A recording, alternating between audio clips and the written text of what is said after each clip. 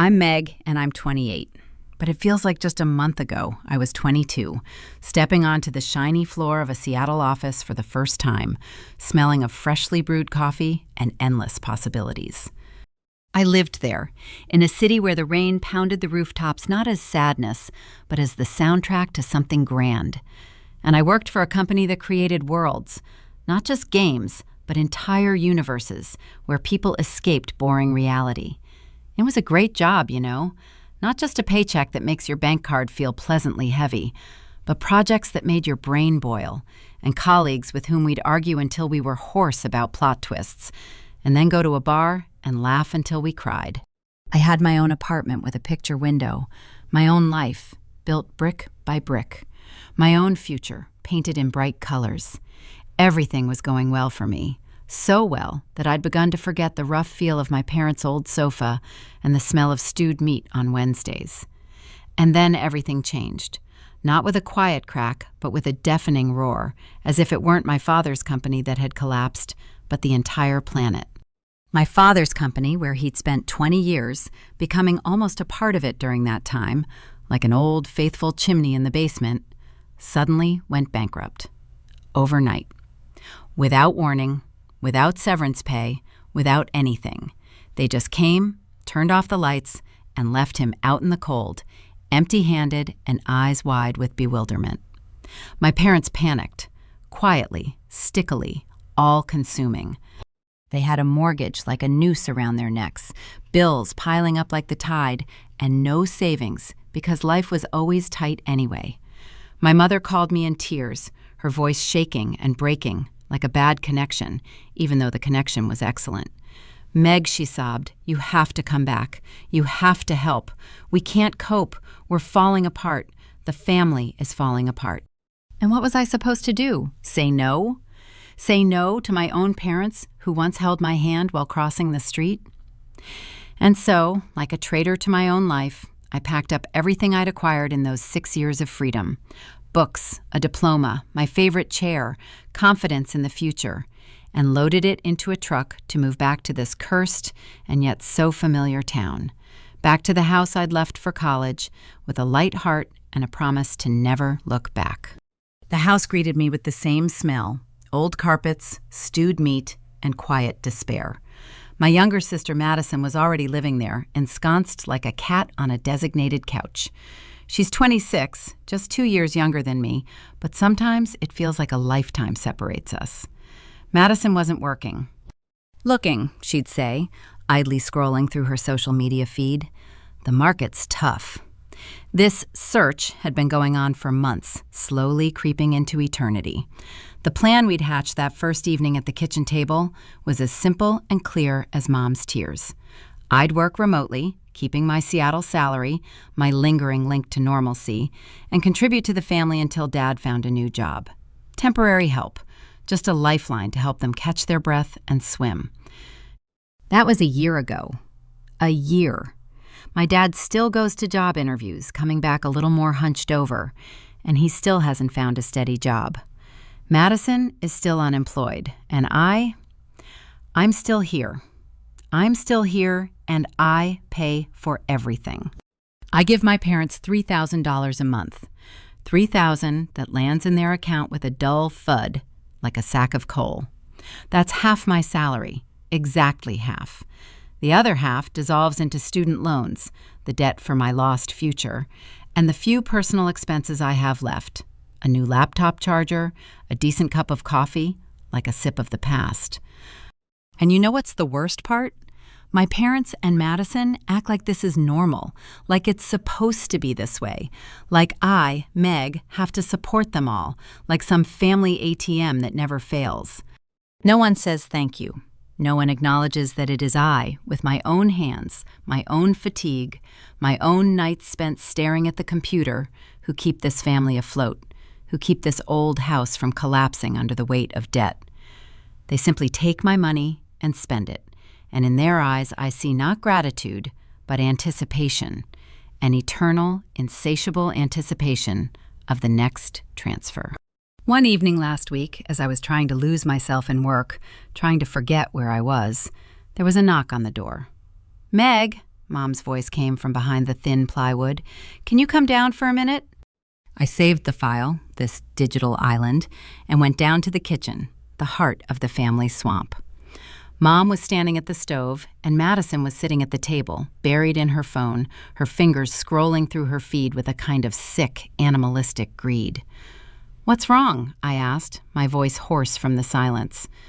Mom turned around, her hands fiddling with the hem of her apron. "Madison wants ribeye for dinner tonight," she said, and there was no request in her voice, more a statement of fact, as if she were discussing a law of nature. "But we've already used up our grocery budget for this month. Could you add a little extra?"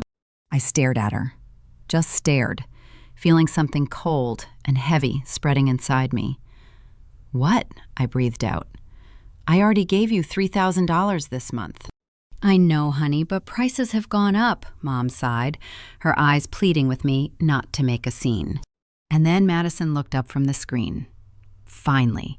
Her eyes met mine, and there was not a shred of shame in them. $3,000 is no longer enough for a family of four, Meg. This is the reality. The words escaped my lips before I could process them, bitter and sharp as shards of glass. "Then maybe you should get a job and buy your own steaks, Madison." She snorted, looking back at the flickering screen. "I told you the job market was tough." "Meg, she's trying," Mom interceded weakly, but her voice was a shadow of a voice. Madison wasn't trying. I knew it. I saw how she spent her days, waking up late, watching endless TV shows for hours, hanging out with friends whose lives also seemed stuck in a perpetual while. Her job search was just an excuse, a convenient myth everyone chose to believe. And in that moment, looking at their faces, my mother's resigned face and my sister's smug one, I realized I couldn't take it anymore. The air thickened, became thick and heavy, like syrup. "Maybe," I said, my voice sounding foreign even to me, "we should think about moving. Leave this house, sell it, move to Portland. Grandma runs a successful restaurant there. Maybe she could help Dad find a job, and we wouldn't need such a big house, such big bills." I didn't have time to finish. Mom's face changed instantly, as if I'd suggested not a move, but a public execution. It was contorted with pure animal fear. "No way!" she exclaimed, her hands gripping the back of the chair so tightly that her knuckles turned white. "We're not going to Portland. Your grandmother, she's very strict. She'll make us all work constantly without a break. I can't handle that kind of physical strain, you understand?" In fact, those words about strictness and physical strain hid something entirely different. Grandma wouldn't beat around the bush. She would cut through all those lies with one look, sharp as a steak knife, calling Madison lazy, a slacker, a parasite, and Mom just couldn't handle it, because then she would have to admit the truth, and her fragile world built on excuses would collapse in an instant. At that moment, as if on ominous cue, my father entered the kitchen, returning from somewhere, another fruitless interview, or simply an aimless stroll to kill time. He stepped onto the tiles, and I could practically feel him immediately sense the tension hanging in the air, like a thick, acrid fog, making my throat itch. "What's wrong?" he asked, setting his keys on the table with a clang like a judge's gavel. "Meg thinks we should move to Portland and ask your mother for help," my mother blurted out, her voice not a plea for support, but an accusation, as if I'd suggested committing her to a mental institution. My father slowly shook his head, and in his tired and dull eyes, that same old resignation, familiar to me from childhood, flashed. "We don't need help from my mother," he said, but it sounded less like a statement than a memorized mantra. "We're doing well. We all contribute equally to the family budget." I laughed. A sharp, dry, painful sound burst from my chest before I could hold it back. It was a desperate laugh, a laugh that held no humor whatsoever. "Equal?" I asked, my voice shaking. "Are you serious? Dad, I'm the only one working. Me. Madison sits home all day doing nothing. She hasn't submitted a single resume in the last month." "Madison helps around the house," Mom immediately intervened, standing between me and my father like a shield. "She contributes." And how exactly? I breathed out, feeling anger rise in a hot wave through my body. Tell me one thing she actually does. My father cleared his throat and looked down. Well, she takes her dishes to the sink after eating, he began hesitantly. She washes her clothes and sometimes gives your mom a shoulder massage when she's in pain. I was speechless. I just stood there looking at them, feeling something inside me freeze and turn into an icy crust. That was it. That was her great contribution. A dirty plate and a massage. And I... Then let me tell you what I do, my voice broke into a scream, loud, tearing through the silence of this damned house. I get up at 6 every day, even on Saturdays, and make everyone breakfast. I pack your lunchbox, Dad, like you're in 5th grade again. I work full-time from my room, where the Wi-Fi is barely working, and I get interrupted every 5 minutes. I handle all our tax payments so you don't get even deeper into debt. I give you $3,000 a month, half of everything I own. And you dare compare that to the dishes in her sink? Don't be dramatic, Meg, Mom said, her voice tinged with irritation, as if I were a petulant child ruining a quiet evening. You're exaggerating. I'm not being dramatic, I screamed, tears, hot and bitter, finally bursting out.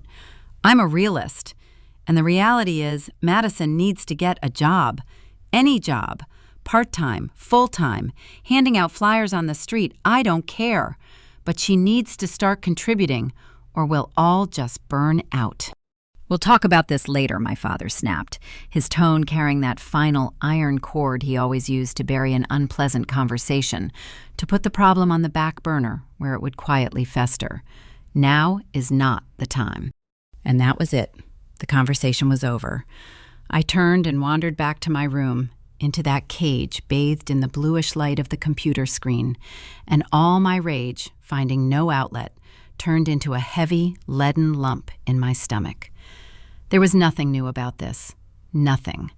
Madison had always been the favorite, the golden girl, around whom the entire family cosmos revolved.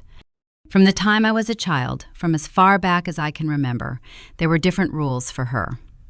When Madison wanted to quit the soccer team in high school because it was too much work, my parents sighed and said, "Okay, sweetie, the main thing is not to overwork yourself." When I, suffocated by studying an activity, asked to leave the debate club for the same reason, they frowned and said, "No, Meg, you need to learn responsibility and get things done." When Madison got a C in math, they immediately hired her the most expensive tutor in town. When I got a C in chemistry, they told me dryly, "You need to study harder. You have everything you need." Madison was beautiful, charming, had an easy smile that broke the ice, and my parents simply adored her. And I was just Meg, responsible, reliable, boring. And now, at 28, here I am again, in this childhood nightmare, supporting the whole family, while Madison gets massages and dreams of a ribeye steak with my hard-earned money.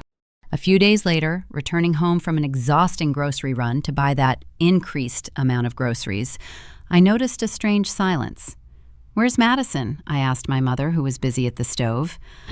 "Oh, she's hanging out with friends," my mother replied, too quickly, without looking at me. "Just resting a bit." I nodded, not paying attention. But the next day, Madison was gone too. And the next. Her room was empty, her bed unrumpled, and a strange feeling hung in the air. Not emptiness, but a hidden secret. On the 3rd day, I returned late, after a rare coffee with a friend, that sip of another world that still seemed so far away. I froze as I walked through the front door. My parents' muffled voices drifted from the living room. They were arguing, talking excitedly and quickly. I stood frozen in the dark hallway, holding my breath, my heart suddenly pounding with silent anxiety. "She's having such a wonderful time in the Bahamas," I heard my mother's voice, muffled and strangely excited. "I just got a photo of her. Palm trees, white sand. She looks so happy." That lottery win was so lucky, it was like fate, my father said. But there was no joy in his tone, only a guilty, feverish urgency. My feet took a step forward, as if of their own accord, and I entered the living room, intruding on their sordid, intimate, secret gathering. Madison? In the Bahamas? I asked, my voice a flat, lifeless blade. My parents flinched and whirled around, their faces masks of pure, animalistic terror, caught red-handed. "Oh, Meg, you're home already," Mom babbled, frantically grabbing her phone and hiding it behind her back, as if it weren't a piece of plastic, but stolen treasure. "Yeah, she won the trip, in some online contest. Spontaneous, you know? It all happened so quickly a few days ago, we just didn't have time to tell you." I remained silent. I simply stood there and absorbed every detail of their panic. The nervous tick near my father's eye, the convulsive clenching of my mother's fingers. But only one question rang in my head, haunting and icy. How? How did Madison, who couldn't even find the money for her damn ribeye, afford a vacation in the Bahamas? Even with a free trip, food, hotel, entertainment, it all costs a fortune. Where did it come from? The answer came the next day, and it hit me like a punch in the gut as I sat at my work laptop trying to decipher the lines of code dancing before my eyes. My phone rang around noon. The number was unfamiliar, but the caller ID helpfully showed Bank, Security Department. A shiver ran down my spine. "Hello, is this Meg Martinez?" a polite but tense female voice said. "I'm calling from the fraud department. We've noticed suspicious activity on your card. Over the past 3 days, transactions totaling $10,000 have been made, all debited from the Bahamas. Please confirm whether it was you or whether your card was compromised." My insides sank into a bottomless, cold pit. "No," I whispered, my lips going numb. "I didn't lose my card. I'm not in the Bahamas." "I see. In that case, let me go over the details with you for the record." The voice on the other end became even more formal. "Payment for the luxury Coral Reef Hotel, several fine dining restaurants, purchases at Chanel and Louis Vuitton boutiques, water sports equipment rentals, premium spa treatments." The picture formed instantly, vivid, disgusting, and screamingly expensive. "I know who did it," I interrupted, my words hoarse. "It's my sister." Thanking her automatically, I hung up. My hands were shaking so badly I could barely hold the phone. Then, without thinking, I immediately dialed Madison's number. She answered on the third ring, and in the background, I heard the cries of seagulls, the sound of the surf, and cheerful laughter. "Hey sis, how are you?" Her voice was relaxed, sweet, drenched in sun and carefreeness. "You took my credit card," I said without preamble. And it wasn't a request, but a statement of fact, carved from ice. "Oh yeah," she replied easily, as if she were talking about a pack of gum. "I borrowed it." "It's nothing, don't worry about it."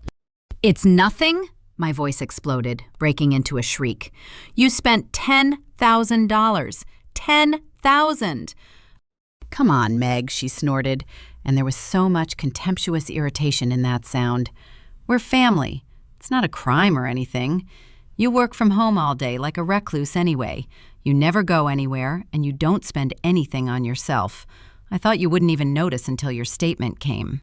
I was so angry that the world before my eyes swam in red spots. I could barely breathe. "You had no right to take my card. You stole it." "Oh, who cares?" Her voice became irritated, impatient. "I needed it for the trip, after all. Entertainment here is expensive, and the shopping is amazing. I bought myself the handbag I've always dreamed of, and some other cool stuff. Listen, I have to go. We're going parasailing. We'll talk later, when you've calmed down." A click. Dead silence. I stood in the middle of my room, clutching the phone in my sweaty palm, feeling the rage boil over, turning into a cold, clear fury. I immediately opened my banking app with trembling fingers and blocked my card. Every tap of the screen was a small, pathetic act of revenge. And then I just sat on the edge of my bed, staring at the wall, shaking from the unspoken words, from the betrayal, from the sheer, blatant insolence.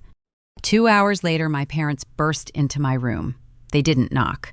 The door slammed open and they burst inside, their faces contorted not with worry, but with pure, unbridled anger. "What have you done?" Mom screamed, her finger pointed at me like an accusatory finger. "You blocked the card and left Madison broke.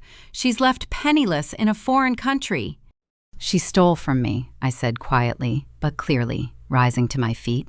"She spent $10,000 without asking a word." "She wanted to buy us souvenirs," Mom shrieked, tears welling in her eyes. Tears not for me, but for her princess. "She was thinking about us, but when she tried to pay for them, your card was declined. She took the things and walked out, and security detained her. She was arrested for shoplifting, Meg, because of you." "It's not my problem," I hissed, feeling something harden inside me. It wasn't pain anymore, but emptiness. At that moment, my father's phone rang. He glanced at the screen, his face went white, and he stuttered as he pressed speakerphone. Madison's voice immediately burst from the speaker, hysterical, shrill, full of panic and hatred. It filled the entire room, even across the ocean. Meg, are you there? You need to unblock that damn card right now, this very second." She didn't speak. She howled. "I'm in serious trouble here, do you understand? The police, the lawyers, they're talking about deportation and trial. Your cards, Mom's, Dad's, they're all broken. I've already maxed out their limits, and now yours is dead. You bastard, you've ruined everything." My parents' faces, already pale with shock, became completely bloodless, like marble statues frozen in horror. Without a word, as if on command, they snatched up their phones and their fingers, trembling and clumsy, slid across the screens, penetrating their banking apps into that digital abyss where their financial doom now lurked. The silence in the room was deafening, broken only by my father's hoarse, broken-down whisper into the phone. "Madison, how much? How much did you spend from our accounts?" His voice was taut, like a string about to snap. Her voice came over the speaker, no longer hysterical, but petulant and irritated, as if she'd been torn away from something important. "I don't know exactly, Dad. How much was it? A few thousand each, probably? I needed a good rest since I'm here." Mom made a strange, strangled sound, as if she'd been punched in the gut, and tears, real, heavy tears, rolled down her cheeks, leaving shiny trails on her suddenly sunken skin. You emptied our accounts," she whispered, looking at her phone where the remaining balance was a terrifying, mocking zero. "All our money, the money we'd been saving for a rainy day." "I needed it for the trip," Madison snapped, her tone once again betraying that same eternal, childish incomprehension. "Why is everyone making such a big deal out of this? You yourself said that families should help each other." And then something snapped in my parents.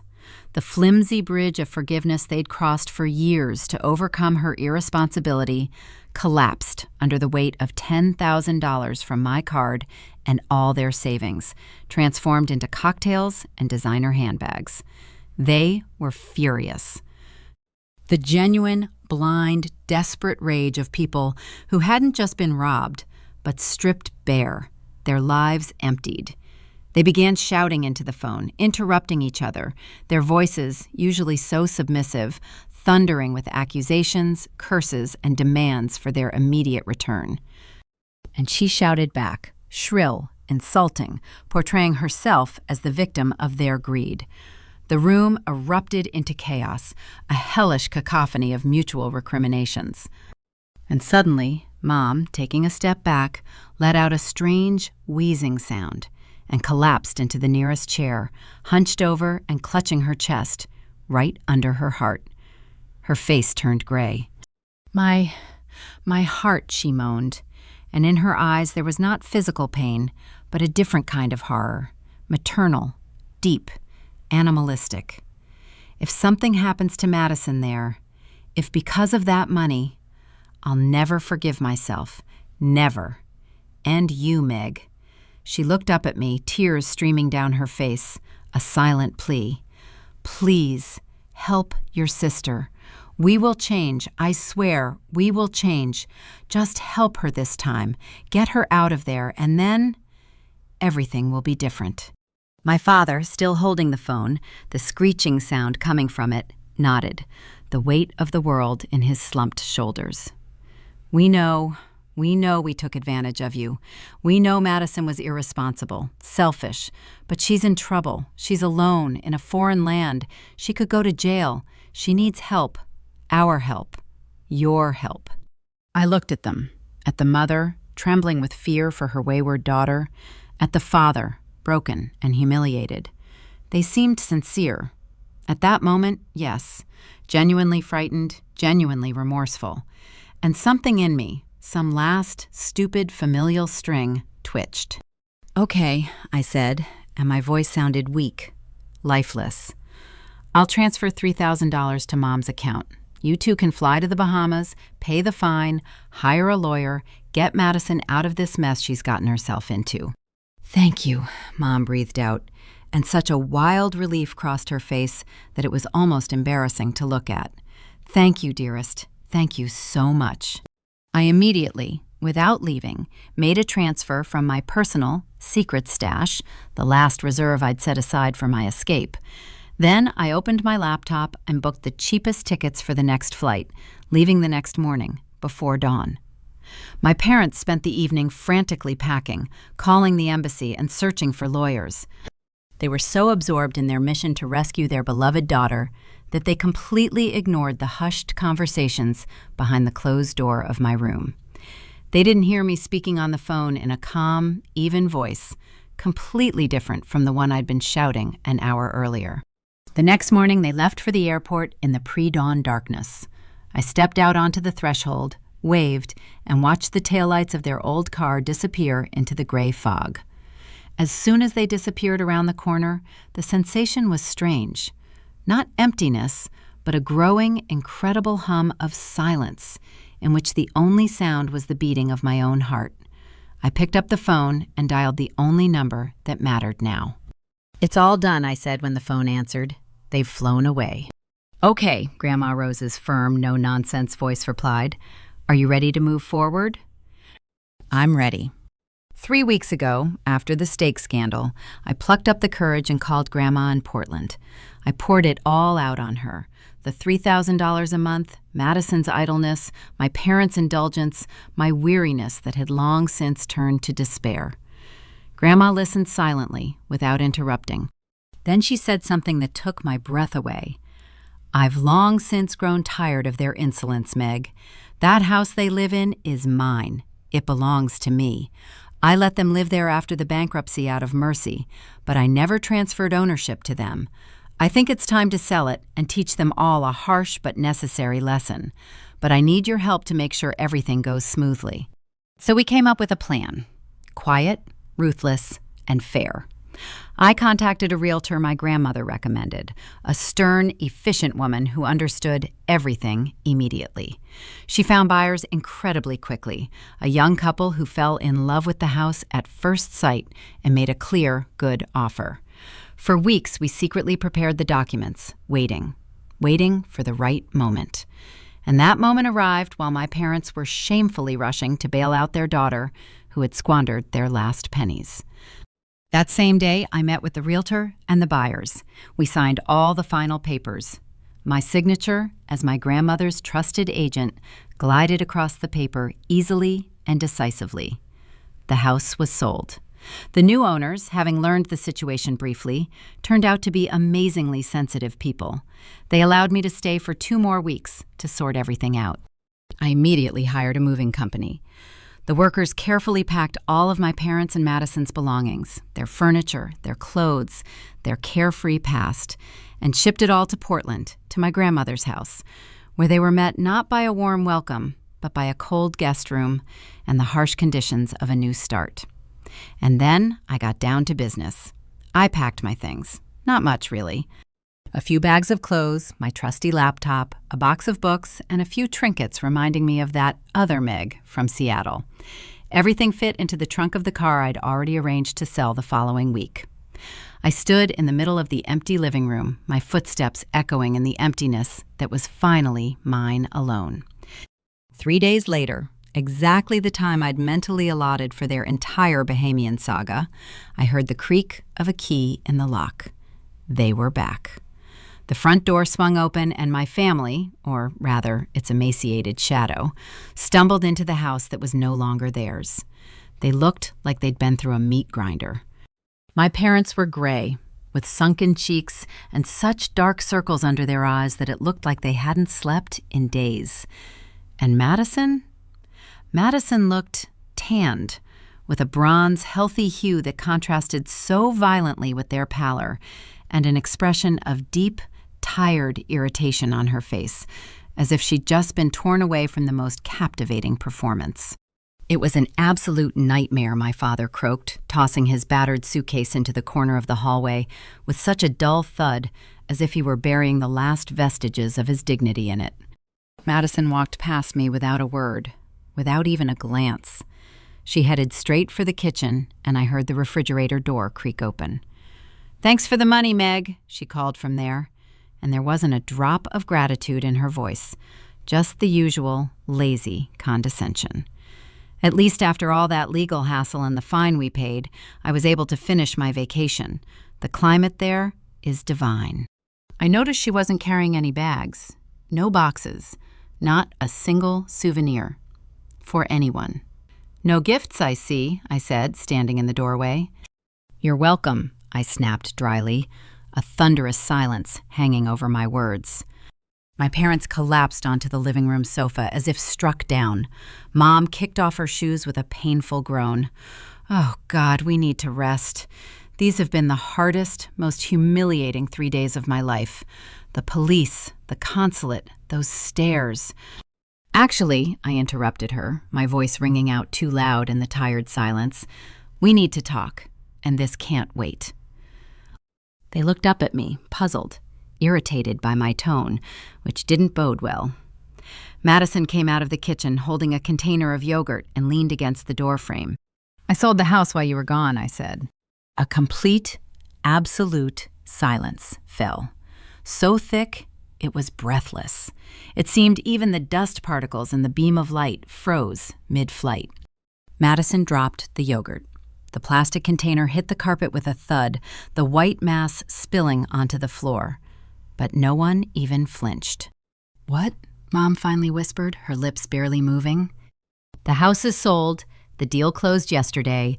The new owners move in 2 weeks." You can't do this." Dad rose from the couch, his face turning a deep crimson red. "This is my house. Mine." "No," I countered calmly, with icy clarity. "That's not true. This is Grandma's house. It's always belonged exclusively to Grandma Rose. She let you live here, but she never transferred ownership to you, Dad. She owns it, and she's decided to sell it." Father, stammering, frantically reached into his pocket for his phone. His hands were shaking so badly he could barely press the screen, dialing that fateful number. We all stood and waited, frozen in a silent scene, as the long, drawn-out beeps rang out in the silence. "Mom," my father's voice wavered, like a boy's, "Meg says you sold the house. It's not true, is it? Tell me it's not true." I could hear Grandma's voice even across the distance, clear, firm, leaving no room for doubt, like the blow of an axe. My father's face turned completely white, as if all the colors of life had been washed away. "But Mom," he tried to get a word in, his voice breaking into a pitiful plea. "Mom, please, you can't—" He didn't finish. Slowly, as if in slow motion, he lowered his hand holding the phone and looked at my mother. His eyes held not just shock, but the collapse of his entire world order. "She did it," he forced out. "She really did." "And where are we going to live now?" Madison shrieked. And for the first time, genuine, unfeigned panic crept into her voice. "Grandma arranged everything," I said, enjoying how strange it sounded. "Grim and just. All your things are already packed and sent to Portland. You're going to live with her." "No!" It wasn't a scream anymore, it was a roar.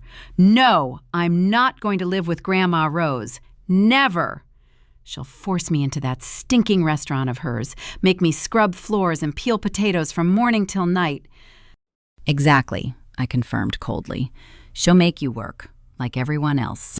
This is insane, Mom screamed, jumping up. We can't just move to Portland like some bums and toil in your grandmother's restaurant. I'm not cut out for that kind of physical labor. I have a heart. You don't have much of a choice, I snapped, my calm laced with all the strength I'd accumulated over the past year. You have no money at all. Dad doesn't have a job. Madison doesn't either. Grandma is offering you a roof over your head and a job. You should be on your knees in gratitude, not screaming. My father stared at me, and a spark of some final realization flickered in his dull eyes. What about you? He asked quietly. What will you do? I'm moving back to Seattle. I've already contacted my old landlord. My old apartment is just becoming available. I'm moving back. Next week. You're abandoning us? My mother's voice was filled with genuine horror, as if I'd announced the end of the world. At a time like this? I'm not abandoning you. I'm leaving. And that makes a huge difference, I said, feeling tons of invisible weight lift off my shoulders with every word. I supported you all for a year, and in return, you've only used me. Madison stole $10,000 from me, and you didn't even call it stealing. You've indulged her irresponsibility her entire life, and you've simply used me like a cash cow. I've had enough. Enough. Meg, please. My father took a step toward me, his posture a pathetic, humiliating plea. We can work this out. We'll change, I promise. Madison will find a job, any job. We'll all roll up our sleeves. Let's talk like a family. You've had a whole year to start changing, I said. And there was no malice or reproach in my voice, only a cold, merciless statement of fact. You haven't changed one iota. None of you. We need more time, Mom babbled, her hands reaching out to me as if trying to grasp at the last straw. We just got back. We're stressed. We'll start now, I promise. Time's up. I took a breath, feeling the last of my doubts evaporate like smoke. A truck will arrive tomorrow morning to pick up the last of your things. Anything that isn't packed will stay here.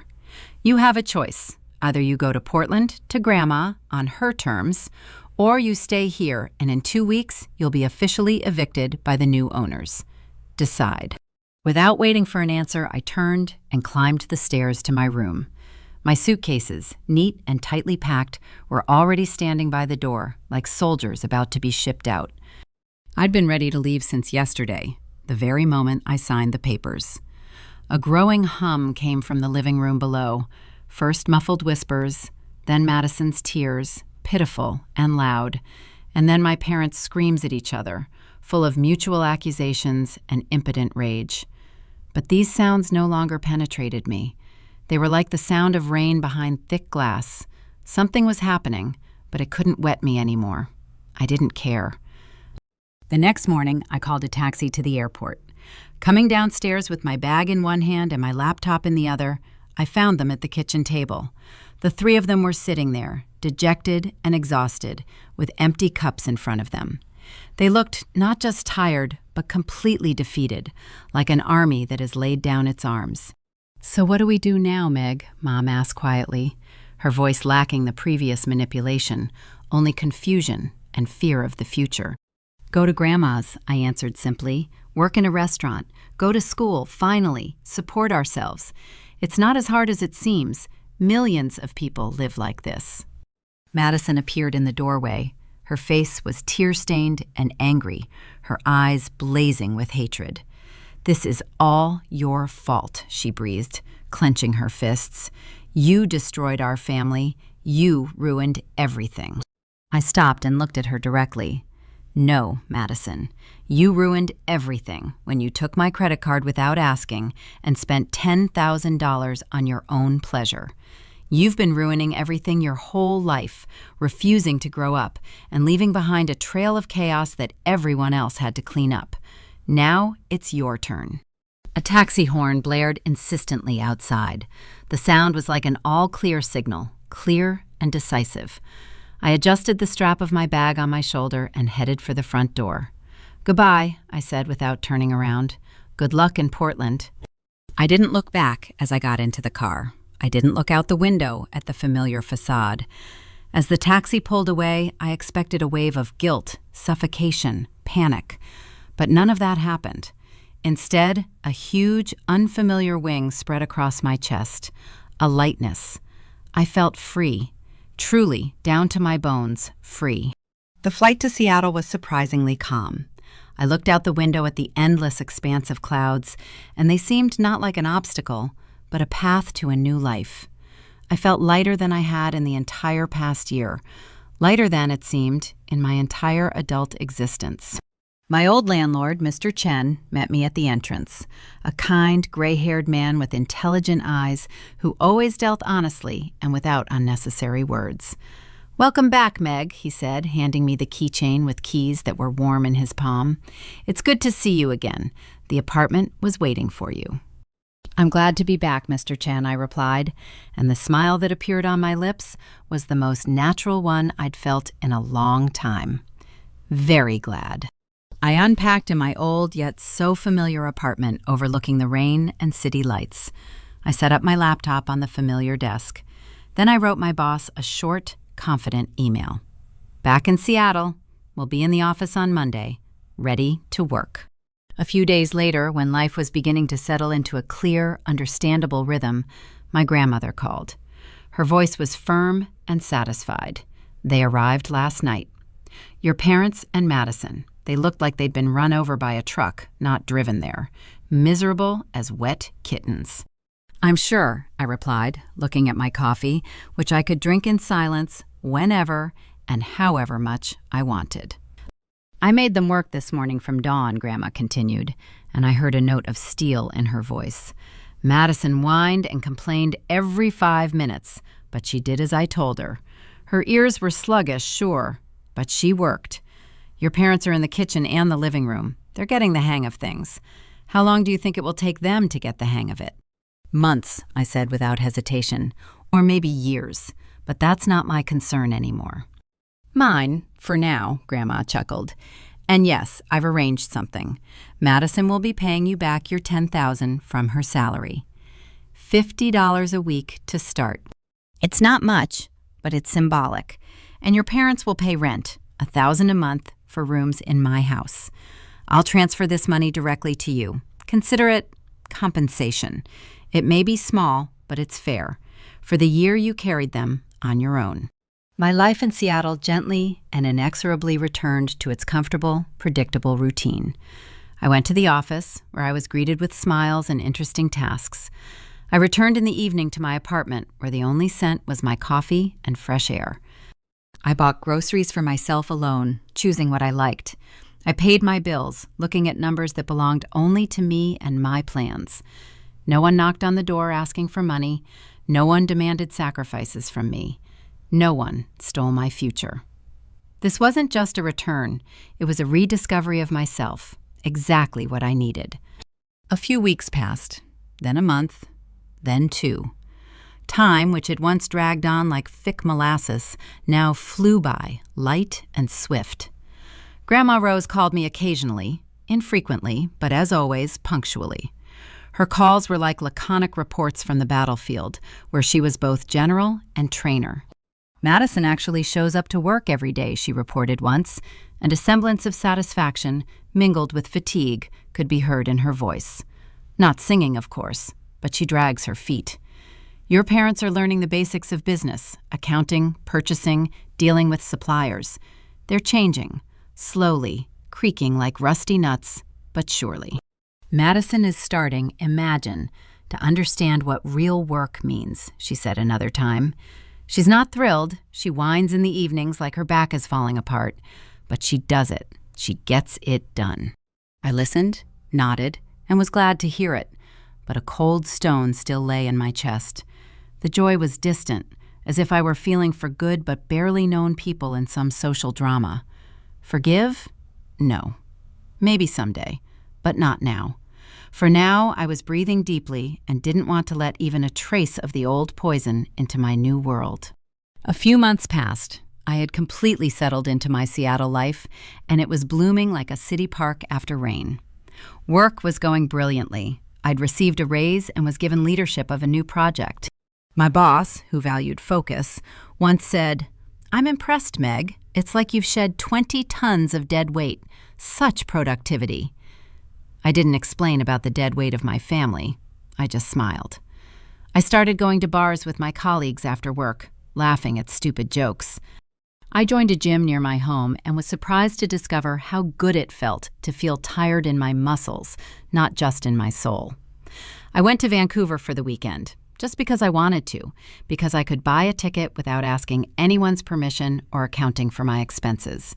For the first time in over a year, no, in much longer, I was living my own, full, authentic life. Grandma continued to keep me updated. The news was becoming increasingly encouraging. "Madison's working full shifts now, without any attempts to sneak out early," she said one evening. "Your parents have gotten the hang of the business and are actually making a difference, not just putting on a show." Then, during one of our conversations, she uttered something I never would have expected to hear. "Madison has changed, Meg. Genuinely. She complains less. She shows up 15 minutes before her shift starts. And you know what? She's even started helping train new waiters. Can you believe it? Your sister. She's doing well." "I'm glad to hear that," I said, and this time my voice held a hint of sincerity, tinged with a touch of surprise. "Your parents are different too. Now they understand the cost of utilities, the price of groceries, and how much it takes to earn it all. They've become more humble. They have much to be grateful for, even if they learned it the hard way." "I'm glad they're learning," I replied quietly, and the words no longer cut my throat. 2 weeks later, my phone, which usually only rang for work or to my grandmother, vibrated with an unfamiliar number. I answered. "Meg, it's me, Madison," said the voice on the other end. But it wasn't the capricious, demanding, or hysterical voice I was used to.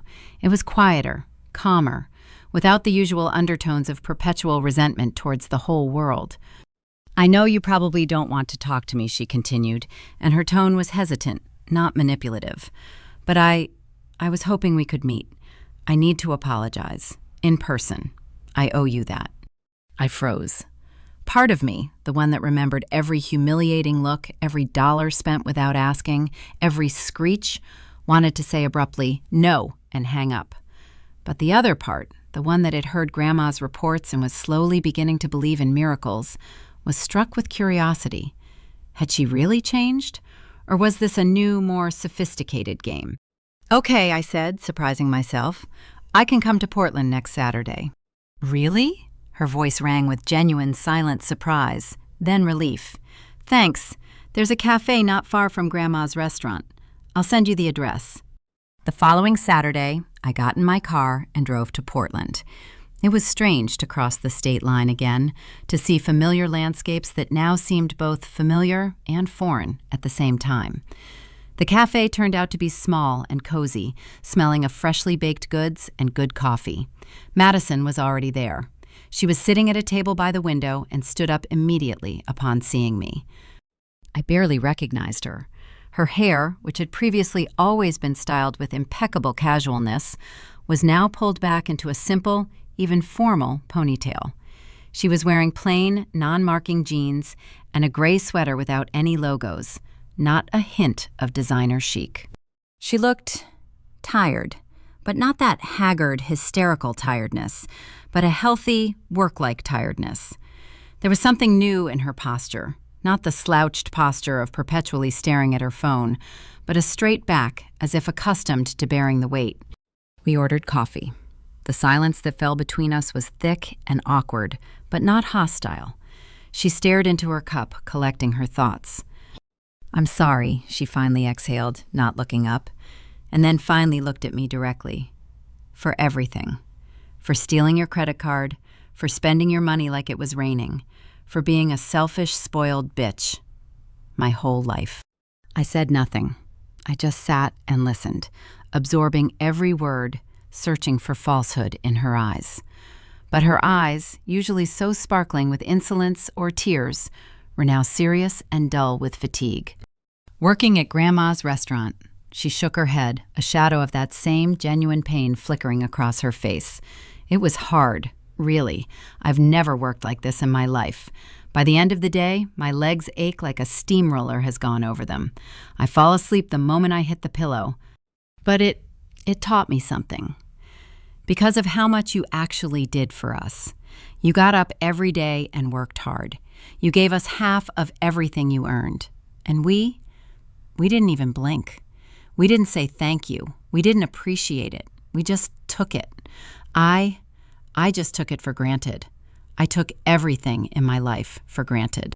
She fell silent, taking a sip of coffee as if to wet her parched throat. Then she leaned over, picked up her simple canvas bag, and pulled out a thick white envelope. Carefully, almost reverently, she slid it across the table toward me. $5,000, she said quietly. That's what I still owe you out of the $10,000. I've been paying it back little by little, like I agreed with Grandma, but I've been saving. I wanted to give the rest now. Right away, I earned it, myself, every cent from working at the restaurant. I took the envelope, and its edges were slightly frayed, as if it had been opened and closed many times, checking the contents. Inside was a neat wad of cash, not crisp new bills, but slightly wrinkled, ordinary ones, smelling not of luxury, but of sweat, fatigue, and honesty. I counted them with my eyes. 5,000, exactly. I know this doesn't make up for what I did, Madison said again, her voice shaking. It's just paper. It doesn't give you back that year. It doesn't erase what I did. But it's a start. And I promise, I swear I'll keep trying every day to become a better person, to become a person I won't be ashamed of, a person you might, perhaps, someday, at least be able to not despise. Her eyes, so angry and mocking before, filled with water, and tears, heavy and clear, rolled down her cheeks, leaving glistening streaks. She brushed them away sharply, almost roughly, with the back of her hand, as if angry at this weakness. I looked at the envelope, then at her. Something long, frozen, and petrified inside me cracked thinly, barely audibly. "Thank you," I finally said. And it wasn't about the money. It was for trying, for that look that held no lie. I took the envelope and put it in my bag. We sat in that cafe for almost another hour. She told me about her work, not whining, but with a strange new respect for the process. About how Grandma Rosa could tear you to pieces for not salting your soup enough, but then she herself would show you how to do it right. About how she, Madison, spent her evenings, when she was exhausted, taking online courses on restaurant management.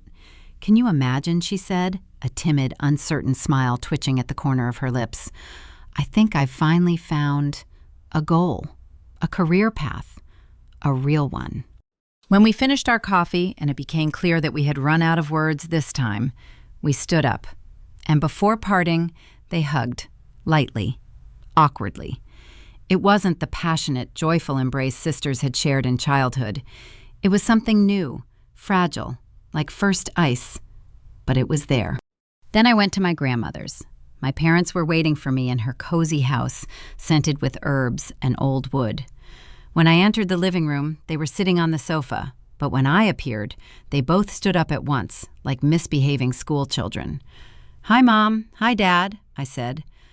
"Meg," my father began, his arms hanging limply at his sides, "we're so incredibly sorry for everything, for that year of hell we put you through, for taking advantage of your kindness like the most selfish of people, for all those years when we blindly singled out Madison and didn't notice the burden you carried on your shoulders.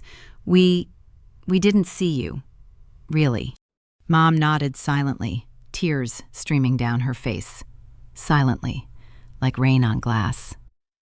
You always deserved so much better from us," she whispered. "We were terrible parents to you, unfair, blind. And we know words mean nothing now. But we're trying to change. We're working hard, learning new ways of living, and we hope that someday, in the future, you can find the strength to forgive us." They stood before me, not the powerful figures of my childhood, but two broken, gray-haired people who had finally seen the truth. "I appreciate those words," I said quietly, "and I see you're making an effort. I truly do. But everything else will take time. A lot of time." "We understand," Mom said immediately, nodding. "We're not asking for more." We sat and talked for a long time. They stammered as they talked about their work in the kitchen and the dining room, about their tiny but private room at their grandmother's, about how, for the first time in their lives, they sat down and drew up a real, strict budget, and how they almost managed to stick to it. Their words lacked the former sense of sacrifice. They simply spoke of life, difficult, but their own. Late that evening, after my parents had gone to their rooms, I sat with my grandmother in her quiet living room where the fireplace crackled. "You did well," I told her, looking into the flames. "Thank you. For them. And for me." "They needed to learn to stand on their own 2 feet," my grandmother replied, her gaze wise and weary. "But you too needed to learn something, granddaughter. You needed to understand that putting yourself first isn't selfishness, but necessity. That you can't endlessly sacrifice yourself for those who don't even notice your sacrifice. Have you learned that?" "Yes," I breathed. "I think so." Grandma nodded, then slowly rose and walked to her antique desk. She returned with another envelope in her hands, but this time it was a sturdy, official-looking one. "This is for you," she said, handing it to me. I opened it. Inside was a check. I peered at the numbers and caught my breath. $50,000. "Grandma, I can't accept this. It's too much."